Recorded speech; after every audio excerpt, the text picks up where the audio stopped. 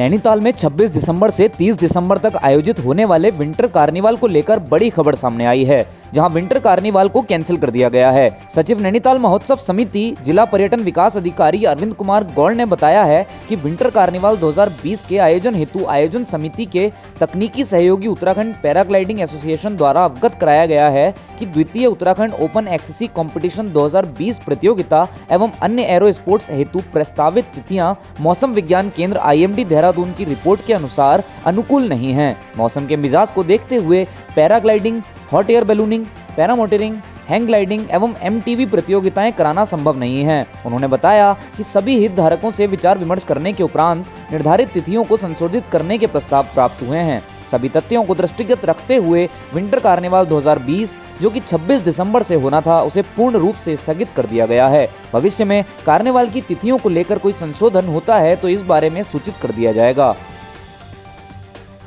राज्य में कोरोना के मामले लगातार बड़ी संख्याओं पर पहुंच रहे हैं। उत्तराखंड के 2 जिले ऐसे भी हैं जहां कोरोना संक्रमितों का आंकड़ा रोजाना बढ़ रहा है, जिसमें देहरादून और नैनीताल शामिल हैं। नैनीताल में रोजाना अधिक से अधिक कोरोना पॉजिटिव मिल रहे हैं। कोरोना के मामलों में बढ़ोतरी देखते हुए अब शहर हल्द्वानी में एक बार दोबारा माइक्रो कंटेनमेंट जोन बनाने की प्रक्रिया शुरू हुई है।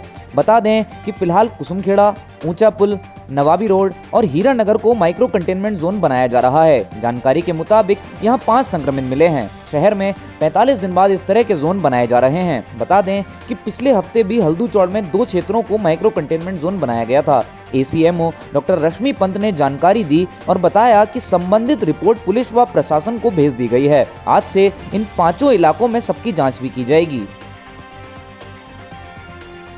हल्द्वानी के वरिष्ठ जेल अधीक्षक मनोज आर्य फिर सुर्खियों में हैं। इस बार भी वे पहले की तरह ही एक सराहनीय पहल के कारण हेडलाइंस बटोर रहे हैं। दरअसल मनोज आर्य ने जेल परिसर में GPL का आयोजन किया है। GPL लीग में लगभग 8 टीमें प्रतिभाग करने वाली हैं। यह टीमें जेल में रह रहे कैदियों के द्वारा ही बनाई गई हैं। जेल अधीक्षक मनोज आर्य का मानना है कि इस तरह की खेल गतिविधियों से कैदियों की मानसिक और शारीरिक सेहत भरपूर बनी रहती है। इस GPL प्रीमियर लीग का फाइनल मैच जनवरी के प्रथम सप्ताह में खेला जाएगा। बता दें कि मनोज आर्य पहले भी ऐसी कई पहल जैसे किताब पढ़ाना, संस्कृति की समझ के लिए रामलीला आयोजन करवाना आदि करते रहे हैं।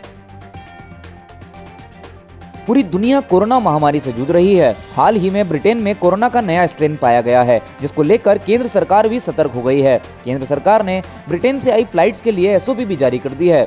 अब फ्लाइट से आने वाले जिन यात्रियों में कोरोना वायरस का नया स्ट्रेन मिलता है, उन्हें अलग से बने आइसोलेशन वार्ड में रखा जाएगा। इसके अलावा पॉजिटिव निकले सह यात्रियों को इंस्टीट्यूशनल क्वारंटीन में रखा जाएगा। ब्रिटेन में कोरोना का नया स्ट्रेन मिलने के मद्देनजर भारत में इसकी कैसे सर्विलांस की जाए और कैसे रिस्पांस दिया जाए, इसको लेकर केंद्रीय स्वास्थ्य मंत्रालय ने स्टैंडर्ड ऑपरेटिंग प्रोसीजर जारी किए हैं। सरकार किसी भी कदम पर लापरवाही नहीं बरतना चाहती। विधानसभा का शीतकालीन सत्र सोमवार से शुरू हो गया था। सत्र में मुख्यमंत्री त्रिवेंद्र सिंह रावत की गैर मौजूदगी से हर कोई वाकिफ है। दरअसल कुछ दिनों पहले ही CM रावत कोरोना संक्रमित पाए गए थे, जिसकी जानकारी उन्होंने खुद ही ट्वीट के जरिए दी थी। सत्र के दूसरे दिन यानी मंगलवार को जहां गन्ना किसानों के बकाया भुगतान की मांग को लेकर विपक्ष के विधायकों ने गन्ना लेकर प्रदर्शन किया, तो वहीं मुख्यमंत्री रावत की वर्चुअल भागीदारी पर भी विपक्ष ने सदन में हंगामा खड़ा किया। विपक्षी सदस्यों ने सरकार से पूछा कि क्या सदन में वर्चुअल भागीदारी का कोई नियम है, जिसके बाद अध्यक्ष प्रेमचंद अग्रवाल ने निर्देश दिए कि कार्य संचालन नियमावली में वर्चुअल भागीदारी का प्रावधान किया जाए। राजकीय मेडिकल कॉलेज हल्द्वानी में अगले सत्र से PG जनरल सर्जरी में दाखिले नहीं होंगे। मेडिकल काउंसिल ऑफ इंडिया ने जनरल सर्जरी की PG की 9 सीटों पर मान्यता देने से इनकार कर दिया है। राजकीय मेडिकल कॉलेज हल्द्वानी ने आवेदन किया था। यह आवेदन जनरल सर्जरी में 5 और PG की सीटों की मान्यता के लिए था। मेडिकल काउंसिल ऑफ इंडिया की टीम ने जून में मान्यता के लिए कॉलेज का निरीक्षण किया था। टीम ने अपनी रिपोर्ट सौंप दी है, जिसमें साफ कहा गया है कि विभाग में 3 असिस्टेंट प्रोफेसर और 3 सीनियर रेजिडेंट की कमी है। इसके अलावा कई अन्य बातों के चलते यह फैसला लिया गया है। MCI ने कहा कि वर्तमान बैच के अलावा अगर PG की सीट पर दाखिला दिया गया तो वह पूरी तरह से अवैध होगा। साथ ही डिग्री को मान्यता नहीं दी जाएगी। हालांकि 30 दिन के भीतर कमियों को दूर करते हुए निरीक्षण के लिए पुनः आवेदन किया जा सकता है।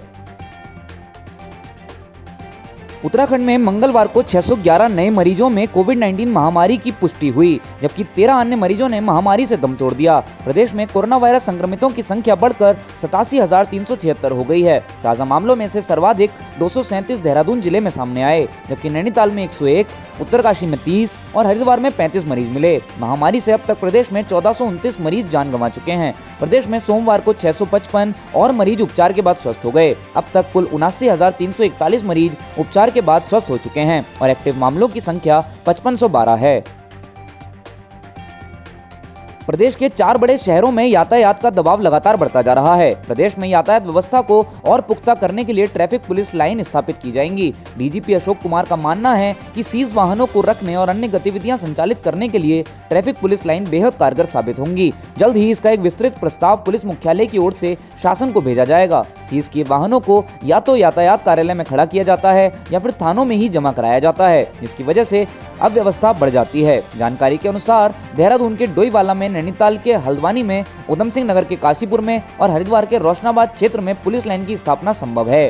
डीजीपी अशोक कुमार ने कहा कि यह लंबी प्रक्रिया है। 4 बड़े शहरों में ट्रैफिक पुलिस लाइन स्थापित करने का विस्तृत प्रस्ताव शासन को भेजा जाएगा। फिल्म फेयर की ओर से मुंबई में आयोजित fly x film fair OTT award में उत्तराखंड की बेटी तृप्ति डिमरी ने राज्य का नाम ऊंचा किया है। तृप्ति को फिल्म बुलबुल के लिए best actress in original film female का अवार्ड मिला है। अवार्ड में इस वर्ष रिलीज हुई काफी सारी फिल्मों को चुना गया था। बता दें कि इस फिल्म के निर्देशक अन्विता दत्त और प्रोड्यूसर अनुष्का शर्मा थी। लॉकडाउन में OTT पर रिलीज हुई फिल्म बुलबुल को भी अवार्ड के लिए नॉमिनेट किया गया था। शनिवार को मुंबई के एक होटल में आयोजित fly x film fair OTT award 2020 में बेस्ट फिल्म व एक्टर एक्ट्रेस की घोषणा की गई, जिसमें से बुलबुल के लिए तृप्ति को best actress in original film female का अवार्ड दिया गया। बता दें कि बुलबुल में तृप्ति मुख्य भूमिका में नजर आईं। प्रदेश में अब जल्द ही इलेक्ट्रिक बसें सड़कों पर दौड़ती नजर आएंगी। इसके लिए अब केवल एक चीज तय होने का इंतजार है, जो कि है किराया। माना जा रहा है कि 25 या 26 दिसंबर से ये बसें सड़कों पर दौड़ सकती हैं। बता दें कि स्मार्ट सिटी योजना के अंतर्गत 30 बसों का देहरादून में संचालन होना है। इसके अंतर्गत 5 बसें देहरादून पहुंच भी चुकी हैं। क्योंकि प्रदेश में पहली बार इन बसों का संचालन किया जाना है, इसी वजह से इनकी किराया सूची अलग से तय की जाएगी। यह किराया राज्य परिवहन प्राधिकरण की बैठक में तय होगा। इसे देखते हुए STA की बैठक भी बुलाई गई है। STA की बैठक से इसका किराया तय होने के बाद इन बसों को सड़कों पर उतार दिया जाएगा।